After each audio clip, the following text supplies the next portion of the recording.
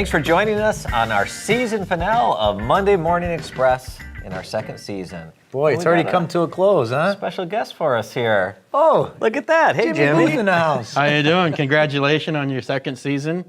It's been a very educational season, I would say. I know a lot of people have really enjoyed the footage that you've had from the various segments, how to paint a brass model and some of the layouts that you And we showed. didn't even have you painting a brass model. Yeah, that was the best. That was the best. Yeah. I didn't have to do it. Right? So, but And it was nice having Bill on the show. Yeah. That was cool. A lot of people getting to know him a little bit better. Yeah, it's really nice to get to know everybody in the industry because oftentimes a lot of people don't know who we are. And so this way we get to know each other and know the personalities, and it just kind of adds to, owning a model, knowing that, hey, I've had a little contact with this person. So cool. Very good, guys. Good work. Thanks, appreciate it. Now we got these mugs. Yeah. What are we doing with these? Boy, I tell you, there's, 10 of them. All right. Right? And I know our viewers, they want them. Yeah, I know. can But tell you that. some guys don't want to write in a question so we're just going to give them away to the first 10 emails. Yeah, something like that. But they're a little special. Oh, yeah. What about the mug? Look at this, Jimmy. You got a handle on this. You signed it. Oh, Yeah. So we signed this. So all the mugs are signed. Let's see. Let's give them a little proof. Yeah. I'll buy that one. Okay. Yeah. So, Well, you can hardly see Dan's signature. We'll have I'll to do get it a good again. one. So we're going to give these away to the first 10 Absolutely. viewers that email in Yeah. and say, I love Jimmy Booth in the title. there you go. And you have to use those exact go. words. I love Jimmy Booth. there. I love Jimmy Booth, and I want an MME mug. All right, very good. First 10 emails Yes. to mme@brasstrains.com. And they can choose to drink coffee out of them or just put them on a pedestal, like a nice little display But remember, you can't use them in the microwave or the dishwasher. case. Because of the signatures and their collectors. Signatures right? will wash off. Yeah. All right. All right, so what's we got else that? up? We Hey. got the final part with Bob Darwin today. Yeah, very exciting. You've got to work with Bob through the years, right? Yeah, Bob's a really neat guy. And so it was really a pleasure to see the episodes with Bob's interview because I can't think of anybody that has done more for the industry than Bob. It's just starting way back in the early days. I remember some of the magazine articles. In fact, I brought that out in the special publication that comes with the Big Boy, how he's kind of been my mentor all these years, and that's how this Big Boy project came to fruition, is because of that article that he had on that Big Boy. And I had an opportunity to work with Bob a few times on model projects with Challenger, doing the early series Challenger and some diesels, E-units. And it really helped to work with a master like that to gain the experience I needed to progress in this industry. So I really appreciate that opportunity. Yeah, we found out not only does he care about the detail, because that's what we think about super detailing, but he cares how it runs, and he's really a very particular guy. So Yes. he's helped our industry through the years. So Just a great guy. So we cool. look forward to him. I think he talks about his workshop, a little bit of his time in Hollywood. It's a fun I think he segment. even mentions Jimmy. He does. He likes you. Yeah, well, good. I hope so. Hey, also on the show, so we're going to Skype in with Chuck Sted of Union Terminal Imports. We're going to talk about the PAs that have just arrived, and he's got 2 new project announcements, so we look forward to that. Yep. Do you want to know what they are right now? I can tell you. Yeah, you're not supposed to see this. Let's take away Jimmy's script. Hey, we're also got a very cool thing. I was kind of a fanboy because we got to talk to George Sellios today. Have you been up to see his layout? Oh, yeah, I've been there 3 or 4 times, and that's just unbelievable. It's going to be worth the trip.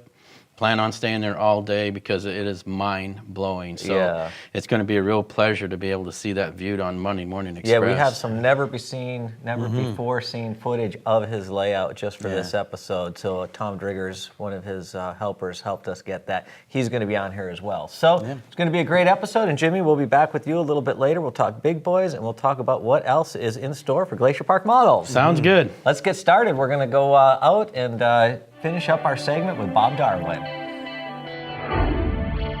Talk a little bit about this Dream Workshop. I believe it came out in January 1987 in Model Railroad. Yeah, my workshop. Well, this used to be a tack room.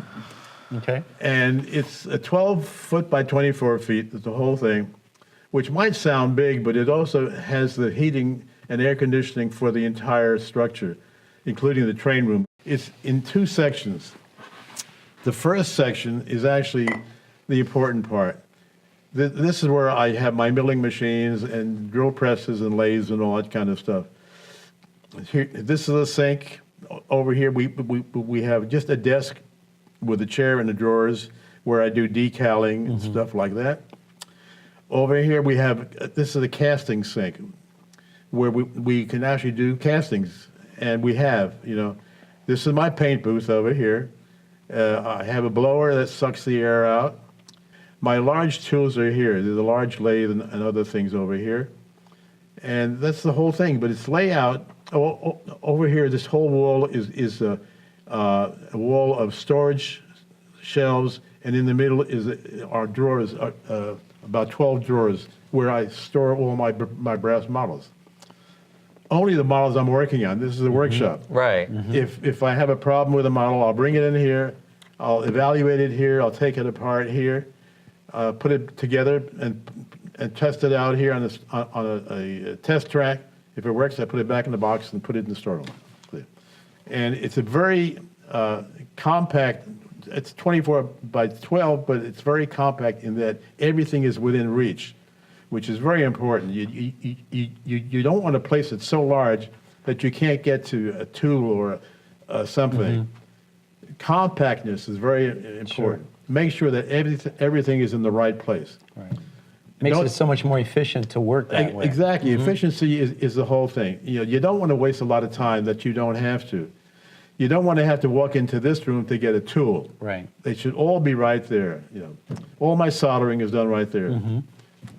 Now, some guys manage to shrink the size of their workshop into a cubicle because they want more layout space. But what do you think the advantage of having a reasonable amount of space for a workshop is? I think that the workshop is more important than the layout. I really do, because this is where you do most of the work. Right. Once you build the layout, this is where you're going to be working. Right. The layout will be there forever, but this, as large as you can make it, the better off you're going to be. You mentioned you're a photographer, you're a master layout builder, you've worked with so many of the importers.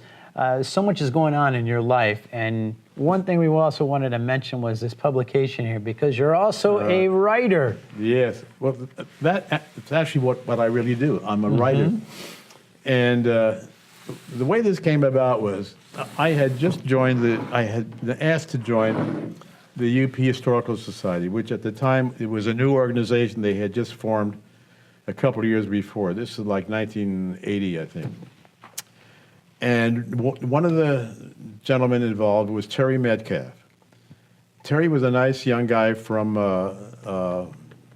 Aurora, I think, Colorado. And he took on the chore of being the first editor of the Society's magazine called The Streamliner. And, it was a fair effort. I thought, it could be easily improved. And he knew that I was a writer because I had written all the stuff before, and he said, you're the perfect guy to work with me, So I said, well, I'll try it and see. I wasn't really sure I wanted to get involved in it, to be honest with you. But after a while, I did help Terry. We put out better magazines and all that kind of stuff. And when the time came for him to retire, I took over as editor of the Streamliner, and Jim Ehrenberger, great photographer, great UP historian, came on as let's call him my assistant. And I think we produced the best Railroad Society magazine ever. I turned it into a more modernized format, more interesting articles, and I wrote some of them. Jim wrote some of them. I think Jimmy wrote some of the articles for us, and that's how I got to know Jimmy. Was through the UPHS, and that went on for about 10 or 15, 20 years. But in the meantime, this little project that came along. Terry, as a matter of fact, I went to Cheyenne once with Terry. This is back 81 or 82. And he wanted to photograph what was left in Cheyenne of the entire engine terminal. And of course, I knew all about Cheyenne, but I had never been there. And just to stand there where that coal tower stood, and where that machine shop stood. I got so excited about it. He said, "You got to write this book." That's the passion coming to life. And at first I thought, well, let's do it as an article for the Streamliner. That's quite an article. That would have been, it would have been an impossibility. I said, if I'm going to do this, I'm going to do it right. So for the next 3-4 years, I went around the country collecting all the photographs, all the information that I thought I required to do this book. But one interesting thing occurred. Luckily, I had my own airplane at the time, so I could fly around the country anytime I wanted to. But one thing that was missing was the foreword. And I wanted the foreword to be written by one of the presidents of the railroad. And when asked which president, I said, well, there's only one I can think of that should really do it, and that's Ed Bailey. Because he was the president during the time of the transition from steam to diesel. And he was the one that said, we have to stop the steam and get diesels. Ed Bailey, his first job with the railroad, he spent his entire life on the railroad. I think he was 14, and he became a coal boy in Cheyenne. A coal boy was the gentleman, the kid, that got up at 2 o'clock in the morning and ran around on foot Cheyenne to wake up all the engineers that had the first runs in the morning. Oh, wow. This is the way they did it. This is back, I don't know what year it was. And from that job as a coal boy, he became the president. Wow. Eventually. Amazing. And I think the best president they ever had, Yeah. So I wanted to interview Ed Bailey, and when I asked my contacts in Omaha, they said impossible. He's retired. He wouldn't even want to see you. Wouldn't want to talk to you. And I thought, I can't believe that. Right. If he's still lucid, if he's still around, I got to meet this guy somehow. It never came to pass until one day I had a visit from my insurance agent. And I guess the time was up for me to renew the house insurance and all that stuff. And his name was Bailey, but I never made the connection, And he came in. He was a good friend, and he said, "What are you working on?" I said, "Well, I'm writing this book about Cheyenne." And he said, "Really? No kidding." And he said, "Well, why are you doing that?" And I said, "Well, I told him it was this great, big, wonderful engine terminal, blah, blah, blah, the biggest railroad in the country." Yeah. I said, "I think it deserves to be written about." And he says, "Yeah." And he says, "Well, what's keeping you from finishing it?" I said, "One thing. I want to interview Ed Bailey, the ex-president." He says, "You're kidding." And I said, "Yeah." I said, I need his endorsement on this project." And I said, "Oh." He says, "Can I see your phones for a second?" And he goes there and picks up the phone. He says, "Dad." Oh, no. I got someone you want to talk. Can you believe that? That's story. amazing. Yeah. What a great And story. I met Ed. We spent many days together. We even took Ed's private UP 100 business car from Cheyenne to Los Angeles. Wow. Really got to know each other. I recorded lots of conversations, a lot of which I've used in here, and I still have hours of interview with Ed that I'd like to turn into something, and I haven't used it yet for other reasons. Most interesting guy in the world. Wow. When he wrote his biography, he dedicated the book to me, which I thought was incredible. Oh, no, nice. Nice. Yeah. Very cool. Oh, what a great Very story. cool. Yeah. So you've had good fortune in your life of knowing a lot of people. So I'm probably the luckiest person in the world. I'm serious. John Wayne was one of the coolest, nicest people. You'd never believe he was a movie star if you didn't recognize his face. He was just a nice guy. And you couldn't ask for a nicer friend.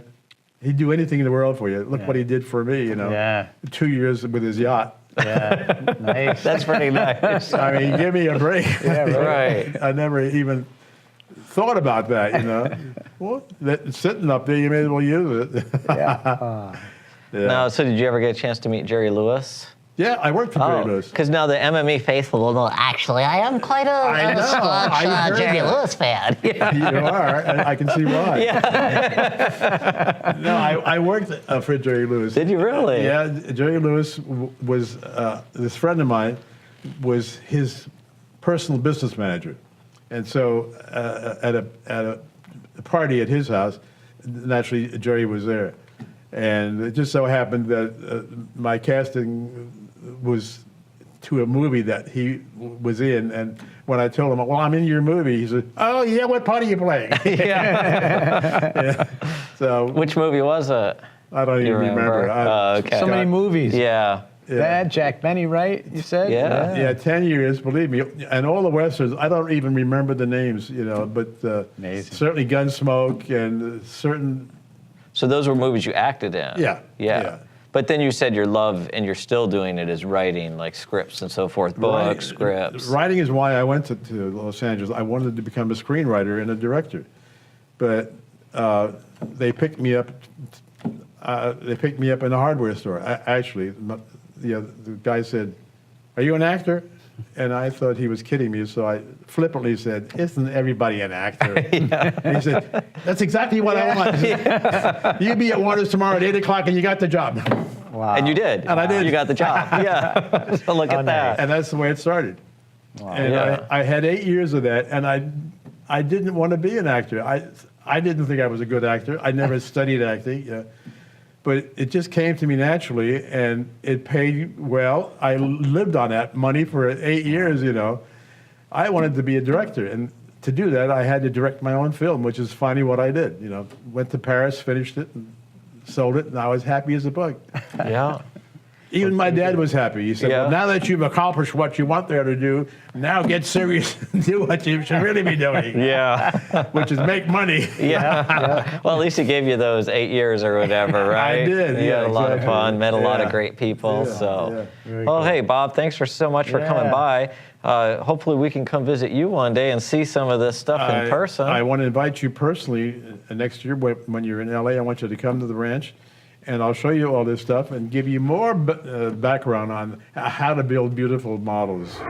Really nice interview there with Bob Darwin. Certainly appreciated having him here, and we're going to look forward to getting out to his house here probably in a future episode of MME. Man, are So we look ever? forward to that. You read his book? Oh yeah, I love that book. That's my favorite. I have a copy that's a beater copy. Yeah, And then I sure. have my really nice You're shelf a really queen. nice one. Yeah. Peter copy's like by the bed. You read it at night. Not quite that far, but it's at the layout. In fact, Bob and I, we're both building Cheyenne yards, and so we worked on a couple of projects together for our own layouts. Like I had some laser cut Cheyenne roundhouse parts made. Oh, that's cool. And that type of thing. And so it's really neat to be able to do projects like that and have such a beautiful book as research material to do that. Yeah, I think a lot of people have been inspired by that one. So hey, switching gears, Jimmy. So we wanted to bring our audience up to speed on the big boys. You've been here this week. We certainly appreciate that. And we know we've had our 150 of them sitting here. How did the fix go? It was really nice. It went seamless, even though I had to work with you half the day. But you know, but getting up, has its perks, getting you know. up at 4 a.m. California time was a little rough. You know, I had to get going, but we got through it. But no, it was really a nice fix. It went very simple, where I was able to streamline the process, where we didn't actually have to replace the boards. Right. We were able to put an auxiliary dongle in between the boards, and it went really smooth. We were able to check each one of them out, and I even got to oversee the girls packing it, and they're doing a beautiful job putting them back. And so I'm really happy to be here. It was great to work with the crew. Good. And very nice opportunity to get to know everybody. Yeah, so we look forward to getting those right back out to the customers who've ordered them, even those who sent them in to us. Everything is fixed, so we're going to get them out the door. And we do have something a little special. And before we announce that, I was just going to say, and I know we've said it before, but But even though there was this little hiccup, I mean, what a fantastic model, right? Oh, I mean, I know this was like your dream model. Yes, it And you was. got to feel great about it. I really do. Little, I really yeah. do. You know, this type of hiccup is something that we see in the industry all the time, and sometimes the customers know about it, sometimes they don't, and it just happens that we found this out late in the game, and we had to fix it, but we got it done. And Yeah, it doesn't affect the way it is at all. So they, right. I mean, what a dynamite thing. Yeah, and just being able to like inspect all 150 models and look at them. I just keep on looking at new things. In fact, this afternoon, I just saw something that was just really amazing that they did on the locomotive with the pilot truck detail and everything. It's just a work of art, and so I'm really proud of it. And you said somebody we shipped them out too early called you and didn't even realize all the stuff that opened up on it. Yeah, that was Yeah. amazing. He did not realize that a lot of that stuff opened up because he says, it doesn't look like it opened up. And I says, give it a try. It opens up. And Because so everything is hidden so well. yeah. So it really turned out nice. So, oh, hey, I see you already got an email coming in from somebody. Yeah. So start shipping them mugs. So. Very cool. One thing I did want to Yes. mention in talking about the big boys, the special version that we got one ofs. Yeah. I know, but we got to tell them we got them at Yeah. least. And that's the unpainted versions, one of each. Those are really special models So- because like you've seen in Bob's interview, the picture of his Yeah. big boy still in brass, he didn't have the heart to paint that model. And I don't think I would have either. Being a painter, that's a natural thing to do to paint a model. But when you put that kind of work into a model, you got to leave it unpainted. And so we did offer special one of Yeah. Right. unpainted big boy, and these things are going to be spectacular. Yeah. You're going to see all the nuances and the super Right. detail. Right. If you really like detail and craftsmanship, this is the model to own. Yeah. We're going to show images. We don't know if we're going to sell it yet, but we're going to show some images. Yeah, of some are those. staying here. And Yeah. I think there was an unpainted of each version. Yeah, right? but I know you have a spot next to your bed that you're going to keep. Oh, one. yeah. Right on top of my Bob Darwin Cheyenne book. There you go. That would be Makes it beautiful. hard to read, but Yeah. Yeah, all that stuff goes in my display it's a nice case. paperweight for the book. All right, so So now. that's so much excitement. We got to talk about even more. What is More. next for Glacier Park now that we're getting these shipped out today? They're going back out to the customers. What's next? Yeah, for the people that enjoyed the Brass Expo, they got to see the rollout of our announcement of the Pincy T1. Once again, that was probably, other than the big boy, the #1 requested model to do. And there's all kinds of Pincy freaks out there and people that love the Lowy designed models. That's what I like Pensy, but that's what I've always been, and I think both of Yeah. us attracted to the streamline. And when you read the history of Lowy and like the fingerprint he put on industrial design and Art Deco, I mean, some of the things he designed is really fascinating. Yeah, so you can see the influence throughout that locomotive, and it was very obviously very famous. And so I really wanted to do that model, and once again, it is decked out with a lot of trick stuff on it. A lot of people didn't realize how hard it was to get into the water hatches on the tender, and so part of the streamlining of the water hatches slide out so they can open the water hatches. and that's how it was on the prototype. Yes, And this would be yeah. the first time that's ever been done on like an HO model, right? Yeah, Anything like any that. scale, And I think yeah. we're showing some of your CAD 3D drawings of how that's going to work now. Yeah, so that's going to be impressive, and in fact, we're going to have the pilot models in a couple of weeks. This model is we've been rolling on this model ever since we announced it. Okay. Everything's ready to go into production, so it's not going to take very long to see them here in the United States. Yeah, we're excited. A side question I have is, could have you done that detail before like this 3D CAD and so forth? Impossible. I don't It think would you be could impossible. have ever communicated that to the Korean builders. No. And so this is the perfect opportunity to do it. It's a perfect time frame in the brass industry to pull off a model like this. And I think it's going to be very impressive. Be a nice addition to the people that bought the big boys to have these really Right. super detailed models, because we have a unique model because it's streamlined. And so oftentimes you don't get to see all the detail in a streamlined locomotive. Right. But now with everything operating, you'll be able to do that. And there's a couple of special things that's going to be on it that will show you when the pilot model arrives. Great. And tell us how many versions? We're going to be 5 versions. 5 versions, Yes. okay. And All so I think it will be able to cover all the bases for the Pincy modelers for their eras, and then we'll also be able, for the collectors, we give them something different so that they have a good selection to choose from. Beautiful. Yeah, I'm excited. They're Yeah. going to be a great model. So Yeah, we're I looking can't wait to see forward. the pilot model. I'm We'll really get them up on our excited. site pretty soon. As soon as we Yes. get the versions, we'll get those listed, and people will be able to start reserving those. Yeah, that'll be great. Look forward to it. So, All right. Well, And great having you, Jimmy. Likewise. Thanks for Appreciate it. coming on out. Yeah, All the way thank you from for your Ukiah just for MME. Yeah, thank you for your Yeah, just for hospitality. that. And I We got want to to give sign a some shout out mugs. to all your people, the film crew and all the people that work behind the scenes. You don't get to see them. There's a guy sitting there taking pictures 8 hours a day so that we can see the beautiful models. And so they do a really good job. And even the makeup crew. I mean, somebody like Dan and I, they just kind of dust us off. But Roland, they used up a whole package of makeup on that dude. So and it's sad, So, but anyway, we really had a lot of fun with you guys. Thanks for coming. So thank you. Tell Bill and Marianne and Karen we all said hi. I sure okay? will.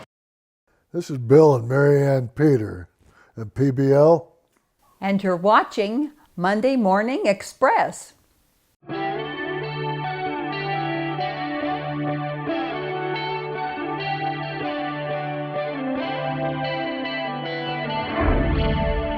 As part of our season finale, we have a very special guest with us today.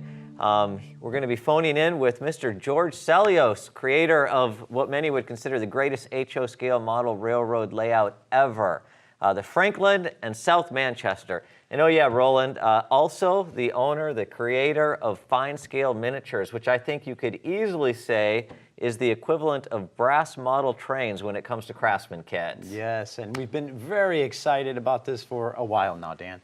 Now, I want to give a quick shout out to Thom of Thom's Custom Trains. We're going to talk to him after our interview with George, but let's get started. George, thank you very much for joining us. My pleasure, Dan. Hey, I got to say, you inspired me early on very much. I'm sure that's the same with a lot of our viewers. I have this copy of your book, The Fabulous Franklin and South Manchester. This is a new copy because I think my old copy literally fell apart. I think I would be stuck in the world of Athearn and Tycho, George, if it wasn't for just ogling over your book here and looking at every picture. And I got to tell you, the passion for detail that you have, it's evident. I know it pushed me, and so here we are, George. So we just want to give you a little appreciation for all you've done for the hobby. Okay. And George, hey, thanks for taking a few minutes with us. Though you have helped to inspire many modelers, what helped drive your passion for detail early on when you started FSM and the unparalleled detail level from FSM? I don't know. I know. I think it was Alan McClellan once said, when you create a scene or a model, you just got to step back and say, that's good enough. But I guess, I don't know, I'm different, and I have to have everything kind of perfect, color, detail, and it also has to be like a logical scene or building. So I think that's been in me since I started, ever since I discovered HO scale modeling. And it's very evident, George, in the quality of work you do. I think one of the things we both enjoy about the hobby is how it just seems to draw people from different worlds together. We form friendships. Have you found that to be true, George? Have you formed a lot of nice friendships through the hobby? Oh, goodness, yes. I've had people visit me from all over the world, as a matter of fact. I mean, New Zealand, Australia, China, Japan, Greece, as a matter of fact, too. So, I've met a lot of nice people in the hobby. Yeah, it's kind of like a mecca for model railroading, I think, to come up and visit you there. Oh, yes. I really enjoy it, too. I look forward to every open house. And I wish you'd come up sometime, too. Oh, boy, we want to. We would love to get up there just as soon as possible. You've had so many visitors through the years. Is there any, kind of funny stories or interesting stories that stand out? I don't know if this one's funny. Probably it would be Rod Stewart. When he came here with his two bodyguards, and I'm on the second floor, and Rod just kept running up. His bodyguards stayed downstairs, I guess. They came up eventually, and he walked in, and he just come over and started hugging me, and goodness, it was just exciting. It wasn't funny. It was exciting. He's a heck of a guy, He's really down to earth, and he loves the hobby. So, yeah, I think, George, when we look at his work, it's clear you inspired him. Would you agree with that? Well, when he was here, he told me he did. I do, and I really appreciate it coming from him. And I actually had to give him an autograph too, autograph a book. Oh, very nice. That's good. Did you get his autograph too, or did you just autograph a book for No, him? I just gave him mine. I think that's the way it should work. Absolutely. Yeah. It was just a model railroader when he was here. That's right. Very nice. Yeah. Hey, George, what's the #1 modeling tip that you could share with our viewers if they wanted to attend or build their own layout masterpiece? You mean building a layout? Mm-hmm. I think you just gotta, once you start, you just gotta go at it. I mean, get away from the computer and from the TV. There's nothing on anyways. It's mostly fake news. So just do it. You just gotta make up your mind and do it. And once you start, I don't know, from my point of view, I can't stop once I start. I just love it. I mean, it's been how many years? 30 years on the layout now, and I just love it. I love coming here, and now that I'm retired, I just enjoy it more than ever. I just love it. I just come and go whenever I feel like it now, and it's a great hobby. It really is the greatest hobby in the world. Yeah. George, I got to ask you, I think we look at your work and assume everything you've ever done is perfect. Have you found, though, that like your skills really increased through the years as doing it, just repetitive, keeping at it? I think I've gotten a little bit better. It's you keep doing something over and over, and it's almost automatic to you. So I think my work has gotten even better. I used to take a few shortcuts before, now I really try to finish everything perfectly. And that's, like I said before, that's just in me. Yeah, now do you like the track work too, or just the buildings? Oh, no, I love everything about the hobby. I love the train, first of all, especially steam, especially brass. And I love track work. I love the structure, scenery. I don't enjoy the wiring too much. I have to do it, but that's where Tommy Driggers helps me a lot with the switch motors and other things. But I do a lot of the feeders and all that stuff. Yeah, that's great. That's great. Yeah. What would you say to some of our viewers to help them understand the value of taking the time to build like a fine-scale miniatures craftsman kit, or just taking that time to enjoy the hobby in general? I don't know. I just think you gotta, like I said, just do it and enjoy it. I'm going back to magazines from the 50s and building a lot of the models, and I got an article coming out in Railroad Model Craftsman on that, and I think in a month or two. So you just got to do it. Well, we're looking forward to that article. So one final mention, George. We understand your next open house is in January on the 26th. Is that correct? Yes, that's correct. It's a Friday. And I got a lot of the modelers that come up from the East Coast, from New Jersey, Delaware, and Pennsylvania. And they go to the show and usually open the Friday before. It's usually an all-day thing from 9 till about 3 or 4. Very nice. Yeah, well, if we can't make it this time, we're going to get up there one of these times, George, because as much as I've looked at every picture and every article and every video, we've got to see it in person one of these days and meet you. Well, keep up the great work, George. Thank you so much for joining us, and we hope to chat again with you soon. Okay, guys. Thank you for calling me.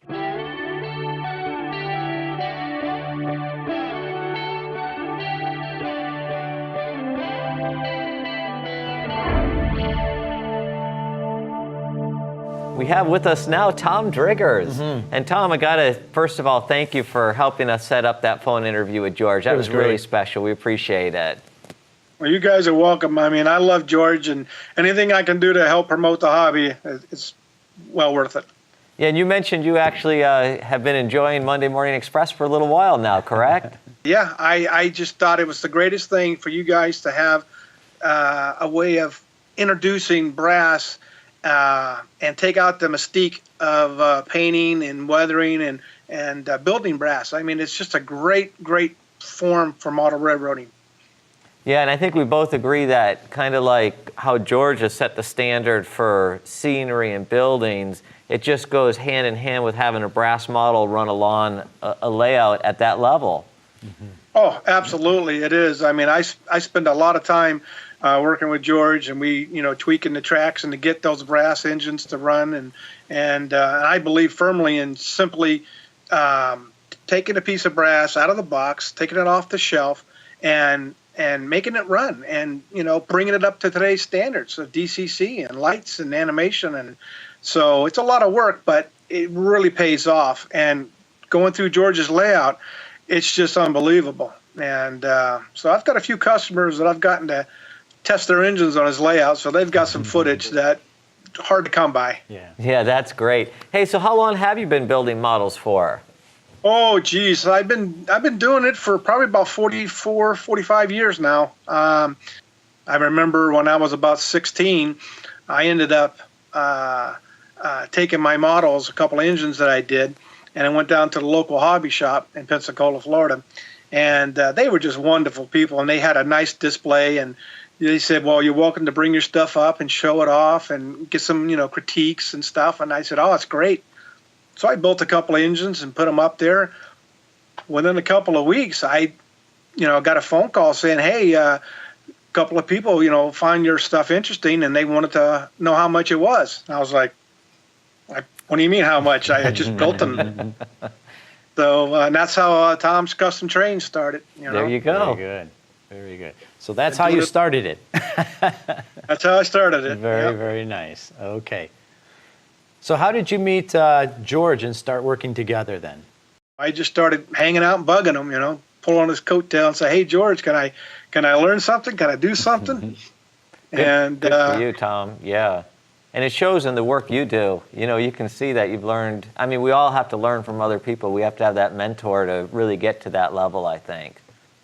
Absolutely. I mean, that's what you guys do too. Now you're bringing people that we've all read about, we've all seen and heard about, and now with the Skype and the videos and everything, they're right there at your fingertips. Right. So thank you very much. Yeah, you're welcome. Hey, so Thom, so what type of work do you do for your customers? Well, I basically, just like the name implies, I just do custom work, and what I try to do is I try to encourage people to enjoy your models.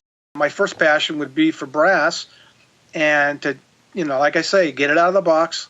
Let's get it repaired if it needs it. Let's get some appliances, some parts and details put on it if it needs it, and let's get it painted, and let's make sure that it runs right.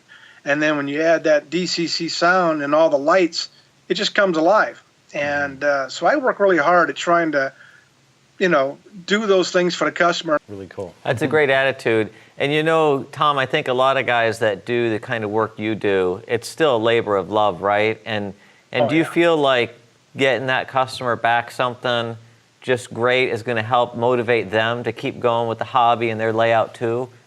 Oh, I know it does, because I've been very fortunate. I've gotten to do things for other people like Dick Elwell and Jimmy Dagnan and a lot of different customers. And I'm very fortunate because I have 100% customer repeat, which is very important, which tells me that I'm doing my job right. And so therefore, and when I say repeats, it's more than one engine. It may be their whole roster, and maybe just 2 or 3, but and I've had customers for years and years. So, but it's I just want to try to do my part. Maybe put my name out there to get a few extra customers that really want to take the time to enjoy their models and get it out of that box. Sure. Hey, Thom, so we see a lot of stuff there in it's a typical shop that we see for repair. Sandblast unit, we see your oven, we see your paint booth. What kind of work do you offer someone looking to try TCT? I really appreciate collectors that have all these beautiful pieces sitting on a shelf, and that's great. But I'd like to be able to take that down and put it on a layout or diorama and actually run it or see it fire up, have the lights and the bells. So that takes it to the next level. And for me, that's what I'm trying to promote, is that, I know that, everybody really wants to, enjoy their brass and even plastic, but it's really something that if you work at it, you can get it done. And it just takes a little patience. And all of my customers I'm very thankful for all my customers. They're very patient with me, because sometimes it takes more than a day or two to get these done. Oh, yeah. Sure. Hey, Thom, just tell us a little bit. We've had some painters on the show, different ones, different styles, different techniques. Talk about the weathering style. What's different with the way you weather? Well, I'll tell you, I actually try to, do a couple things. I mean, I'm not your typical guy where you just, put the model down on a rotisserie and then just squirt it. I actually take it apart. I take it apart down to the sub-assemblies, and I'll do everything from, maybe hand weathering to airbrushing to using spraying on, chalks and powders and dry pigments. Right. I'll actually spray it on with an airbrush, and I try to get that 3D texture. And I, like I say, if it's a factory painted model, no problem. I have no problem with putting weathering on it, spraying over it, and then getting it to give you that 3D texture of peeling paint and things of that nature. And usually customers are blown away, which is what I'm trying to, do for them. I think we're going to have him down here in Florida into the paint booth, and we'll film it and show it on MME. And we have been showing photos of some of your work, so we're going to have guys want to see more. That's what happens. Insatiable desire to learn some of those techniques. That's it. And it's really great because, I've learned from everybody else out there. Yeah. And I'll tell you what, it's, pick up a video, pick up a book, go on your website, watch as much information as you can because it's really simple. It just takes practice. Right. And like I said, I've been doing it for 44 years, and I've made my mistakes, not anymore, but I still try to work at it. And that's the best thing about weathering or working with brass. If you screw it up, strip it down, start over. That's it. Yeah, that's great. We're going to put up your info. You might get a few more customers after today of guys who are putting together their masterpiece but need a little help making those models run. Hey, thanks for joining us, Thom. It's been a great interview. We look forward to having you back on the show again, and appreciate all the great work you've done and the help, again, to get us in touch with George and have him on the show. It's our season finale, so maybe we'll get you back on next season. Yeah. But we'll send you a mug this time. That's right. Oh, that's the best part now. That's price of admission right there. You got it, buddy. Thanks, Thom. Have a great day. Thank you, guys.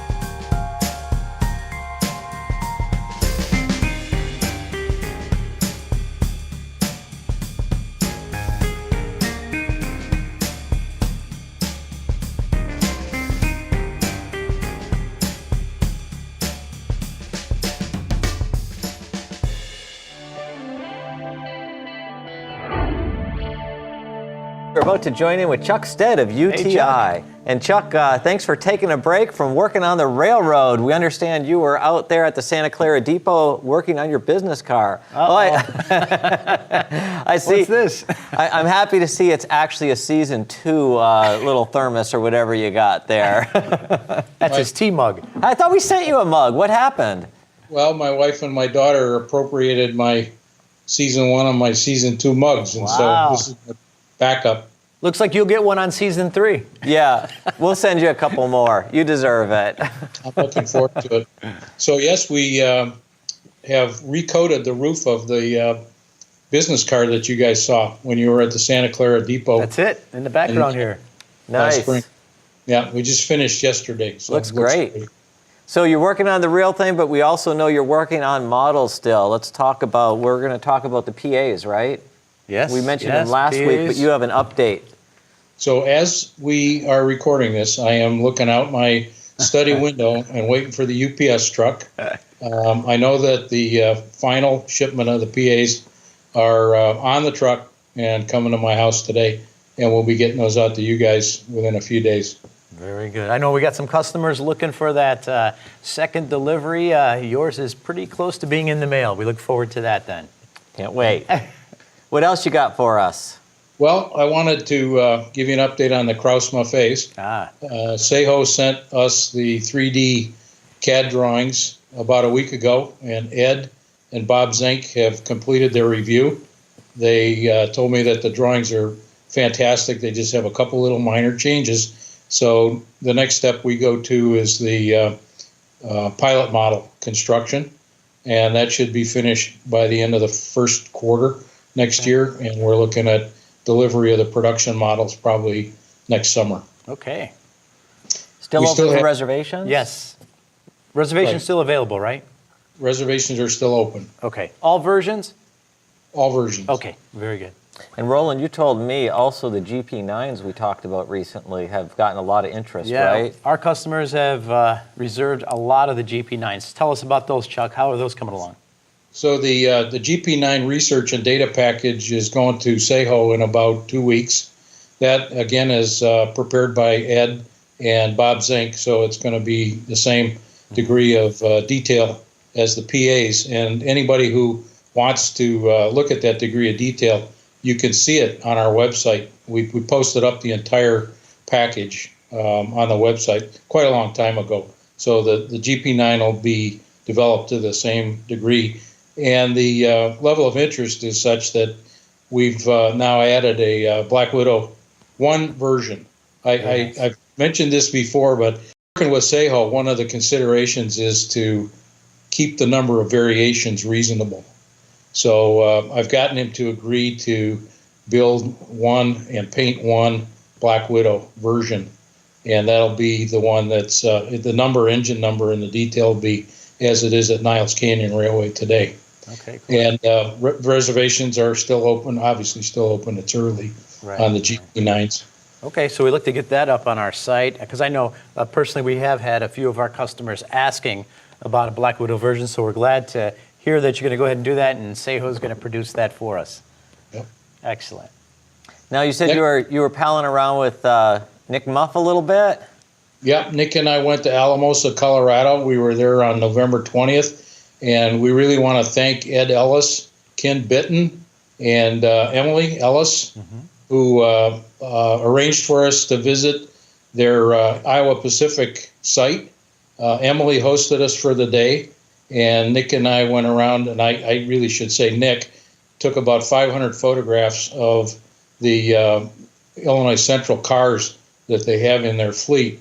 And it was a very successful day because, well, we knew going, and we found Burnside rebuild cars that haven't been altered yet. They have updated a number of the Burnside rebuild cars, put new air conditioning and other appliances underneath, but we also found cars that have not been altered. So we've got a dead accurate research and data package for the Burnside rebuild cars. And I'm more excited than ever about the Illinois Central project now. Great. Very nice. So that's a lot of info, but we have 2 new announcements to Yeah. make, correct? So Drum you're going to roll. go first, Roland? Tell us what you got, Chuck. So we're pleased to announce that we're going to produce the DODX cabooses. Yeah, and let me get to these pictures, Chuck. I got them on my phone, and we're showing them on the screen, so go ahead. And we're happy Great. to see a little rolling stock being produced. Yeah. I mean, we love the engines, but it's been quite a while since we've seen a caboose project from any importer. Well, when I was with Nick Muff during our trip, I found out that Nick has already completed the data and research package for all 6 cabooses. He's got completed 2D CAD drawings and photographs and notes that are all ready to go to SEHO so that we could begin pilot model construction as soon as we find out if there's enough interest in the project. So very soon we're going to put up on our website the UTI catalog numbers, along with the differences in the details per caboose. And one of them is each one's a different color. Right. So that makes it interesting and fun. Yeah, and it's 900 through 905, right? Correct. Okay. And I think you mentioned, Chuck, that what you might do likely is put together a nice wood presentation box with the set of 6, and at least one of those cabooses will be exclusively available in that presentation box, but the other ones, of course, will be available for individual order. Is that correct? Correct. Very good. So I'm looking forward to ordering a box. Yeah, I want the box. I want the box. Now there's... Well, we can make boxes for you. We'll just ship you a I box. want what's in the box, too. I'm not that easy to please. That's like a coffee cup with nothing in it. Oh, I'm not supposed to show that. I'm going to fill that up. All right, and you got one more project you wanted to announce. What was that, Chuck? One more. We're announcing today the Southern Pacific Alco built C643DH. There were 3 of those made, and SP owned all of them. Very interesting and unique units, and I don't know how to describe their appearance. They're not the most beautiful, streamlined, sleek ever built, but rail fans love them. And so we'll be posting that up on the UTI website also with catalog numbers very soon. Yeah, Chuck, you mentioned not only, of course, for their original purpose, but later in their life they were used for excursion trains, right, for hauling some passenger cars? Well, they were, and actually they were used on excursion trains earlier in their life also. The rail fans loved them, and there were a number of special trains that were run. Lots of photos out there on the internet of those special trains. Yeah. And I believe that model was done by Elco Models way back, and the Overland models now are approaching 30 years old. So that's going to be a really cool thing to see produced again. This is going to be it's going to be to the level of detail and accuracy of the PAs that you've already seen. And I anticipate those are going to be very popular. Oh, looking forward to receiving them. Yes. Very nice. Okay. Well, Chuck, thanks for joining us. Appreciate All it. that great info, sending people off with some things to dream about in between. Yeah. Hope you enjoyed season 2, buddy. We're going to have to get you a season 3 mug, but we got to wait till season 3 for that. I wake up early on Monday mornings out here in California. I just can't wait for MME.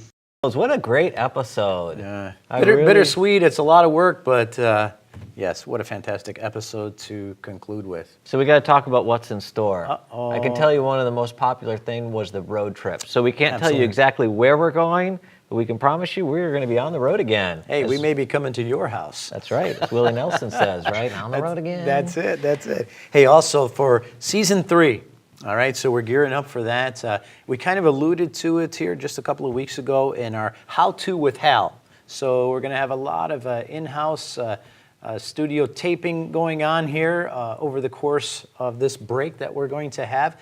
And then we're going to have some of these segments with Hal, how to go ahead and repair a brass model train, little things that we get questions on how to do this, how to do that. And Hal's going to really, he's an expert at it, and he's going to show us how. And you mentioned earlier, send it in. Yep, they got absolutely. something they want to see, send it in. Might happen. Yep. Hey, now it's only fitting for season 2 that we get to see Boyd Reyes one more time. So we're going to join in now. Hey, Boyd.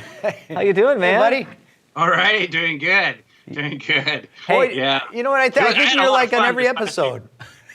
What was that? I said, I think you're like on every episode. Someone called you a camera hog. I am. I think we showed that. Yeah, I kind of felt off last week when I wasn't on it. I'm like, wow. But no, I really had a good time with the show. It's a lot of fun. Glad I was able to help out and looking for more projects to work on. So we were like I'm wondering. taking advantage of the sale that you guys have. Good. Oh yeah. Yeah, What'd you get? I picked up some nice pieces from you guys. For models like, for less than $200. These guys got to take advantage of this and start picking up some of this stuff. It's good pieces to learn and continue practicing. And now they know how to paint them. The ideas that they got. Yeah. Very good. All right. So you took advantage of our sale, which, by the way, goes on through the end of this year. So plug for brasstrains.com. But it's a fantastic sale. So you can pick up some good deals on there. Hey, so we were trying to think what could top this with Boyd Reyes, and we thought the only thing better than learning how to paint with Boyd Reyes would be being with him on an actual train. So we got a train ride we're going to talk about, right? Oh, yeah, party time. So tell us about it. It'd be a great place to hang out with vendors and other artists, I talked to Juan and Jerry, and they're interested in going too. We'll take a trip from Los Angeles down to San Diego on May 5th, and we'll probably be departing from Los Angeles Union Station like around 5. I mean, not 5, but too early. 8 p.m. Yeah, around 8 p.m. Arriving in San Diego around 11:30.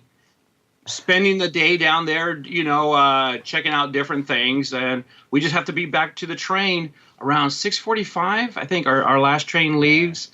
But so 8 a.m. Let's clarify, 8 a.m., right? 8 a.m. We take the ride from Union Station in LA up into San Diego. We're going to do some cool stuff there, hang out a little bit, check out maybe the San Diego Model Railroad Museum, right? Yeah. And then catch the ride back, sip some wine, have a great time. Jimmy Booth said he wants to come. Yeah. He's bringing Karen. Oh, I love that Jimmy Booth, man. Yeah. Hey, speaking of, I think we've seen your email already, right? Like you're trying to score one of these autograph mugs. Yes, I love him dearly. I'm getting the email right now. It's amazing. He's got a restraining order on me. Don't you already have a mug? Yeah, but you got to have the Jimmy Booth autograph mug, right? All right. Well, we got 9 left for other people. So tell us what cars we're going to be riding on. We're going to be going down in the Silver Splendor, ex-Burlington Dome coach that's been modified. I don't know if you guys can see it there. I do. But actually built a model of it. John, the car owner, really nice guy to offer his car up for this trip down to San Diego. And we'll be taking the Dome car and an ex-Southern Pacific lounge car, the Overland Trail. Nice. And has a bar and a really nice place for us to have a wild time on board. But the Dome car and the lounge are 2 great cars for a trip like this to ride down the coast and just see all the great sightseeing places down in San Diego. It's going to be a lot of fun. Yeah, I've had this before. It's a blast. So just to highlight, Saturday, May 5th, 2018. Okay, Correct. So we got 2 cars. We can fit about 60 people, right? Now, we've got reservations already coming in for, several people who've already committed to this, but we just wanted to tell our viewers that they can email us at, at sales@brasstrains.com, okay? Or even my personal email address, we'll put it on the screen. But if you're interested in going, we can give you further details on that. Yeah, we have limited seating. availability, but if they want to join us, it's going to be a great time. MME will be there filming. Absolutely. It's just going to be a lot of fun. Yeah, they get to be on the show. They get to hang out with the importers, like you say, the artists, some great collectors. It's going to be a blast. You got to, we're trapped there for 2 hours. We can't jump on. But it's going to be a great place. I've had trips like this in the past, and it's just a blast, a lot of fun. And, the wives get to enjoy a trip, where it's not all about trains. It's just, like how you had it at the convention. Sure. The parlor car. This is the true parlor car. Actually riding the rails. Parlor car, yeah. So it'll be good. All right. Well, hey, Boyd, thanks so much for joining us. It's been a great season. We've loved having you on, and we're looking forward to more of it in the future. Yeah, and hey, thanks for letting us out at your house. We really do appreciate it. We had a great time filming out there. You taught us so much, and you're a pal, and we look forward to it. You're invited to come back again. Hey, we're gonna take you up on it. Once those wildfires settle finally down. finished taking care of the destruction you guys caused, but it's back together again. We're ready, Bring out some Excellent. bottles. All right, buddy. Well, we're looking forward to it, and we'll see you on the train ride then, okay? Yeah. All right. Looking forward. All right, boy. Thanks, We'll talk to you Boyd. later. All right. All right, bye. So the final nice discussion thing, there. Yeah, Yeah, it was great really having cool. him. The Yeah. final thing we got to talk about is Well- next season and a little change in the format. Yes, it is. So what we've decided to do is we still want to keep our seasons, but for future seasons, we're going to have it so it starts the first Monday in March and the first Monday in September. So 2 seasons a year. We're going to go 10-week seasons. This is going to allow us to do, well, just a little bit better job because we're always wanting to up our game. Yeah, we feel like we made big improvements from season 1 to season Sure. 2. But the number one thing we struggled with, other than, it's a lot, frankly, but just having a little more time to edit the content, have a little more time to, hit the road and get some Yeah. great interviews and things. So if there's anything you really would love to see, or a layout that's spectacular, or something you think would be a great fit with Monday Morning Express, send us an Send it in. email. Right. And we'll do our best. We We'll look consider forward it. to that. All right, well, Dan, that's a wrap on season 2. We certainly appreciate that, and we're going to, of course, We got to redesign another mug again for season 3. maybe we'll but just this- put a 3 on there. I don't know. Yeah, okay. Well, anyways, thanks for joining us. We really appreciate you, our viewers, all the great feedback, all the people that have helped support us this season. Jimmy gave a shout out to the guys behind the scenes. Yeah. So we're just going to send you off with a little bit of kind of a recap, a fun little thing Pat put together for us that shows some of the highlights of season 2. See you soon. I'm Boyd Reyes with Union Terminal Imports. Hi, this is Chuck Sted, Union Terminal Imports. I'm Ed with Union Terminal Imports. This is John McLean. Hi, this is Richard Pontius. I'm Jerry Spoma over here at the Whistle Stop in Pasadena. Hello, this is Jimmy Booth. My name is Juan Zaloga. I'm Fred Hill from the Coach Yard. I'm Reed Dennis. This is Bill and Mary Ann Peter of PBL.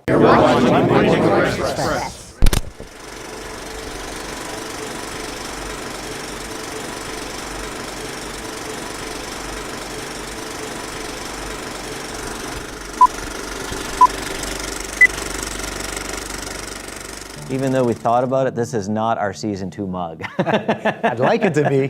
Yeah. And hey, where's our new mugs? Oh, yeah. Maybe next week. Our new mug here, Dan. I forgot how much better coffee tastes from a Monday Morning Express mug.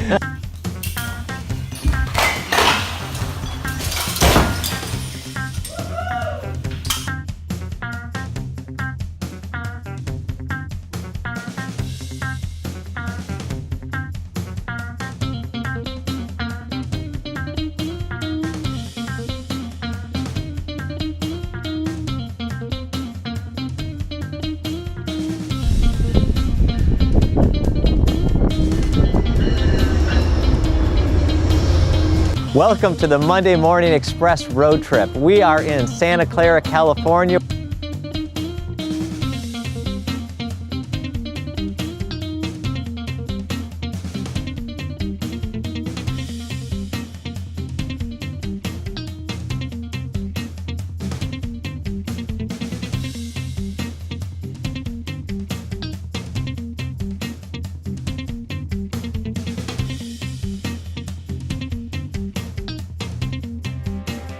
Today we're going back to our roots.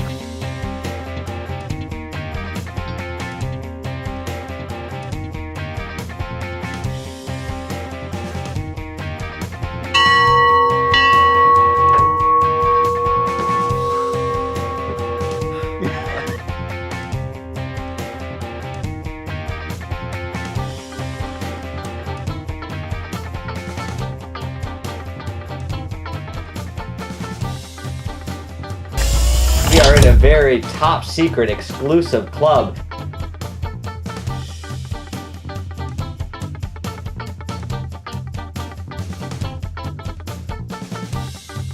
Today we're in Fountain Valley, California, and we're visiting the home offices of Microscale.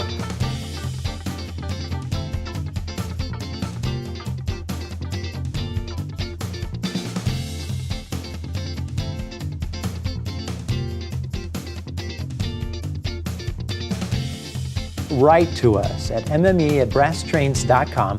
Send us in your question. And what we'll do is, on How To with Hal, we'll go through and perhaps we'll be able to address that.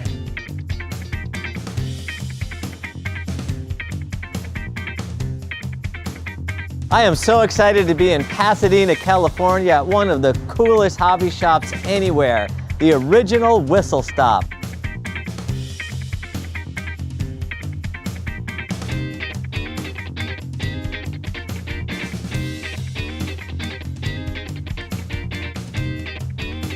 Find out what's in my secret room. So what could be back there? It is Legos.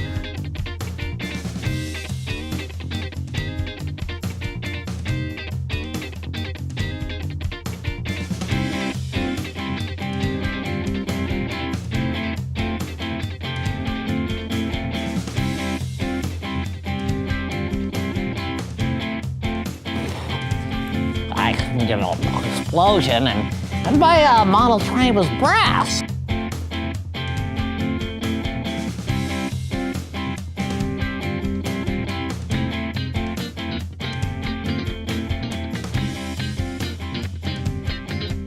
Welcome to Monday Morning Express. As we've told you, we've been busy this summer.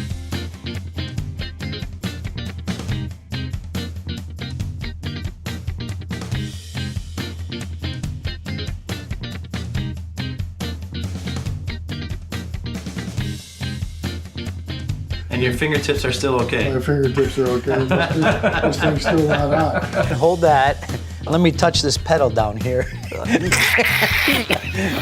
Yeah, it's a little different. So Bill's fingertips are, well, they have to be so callous.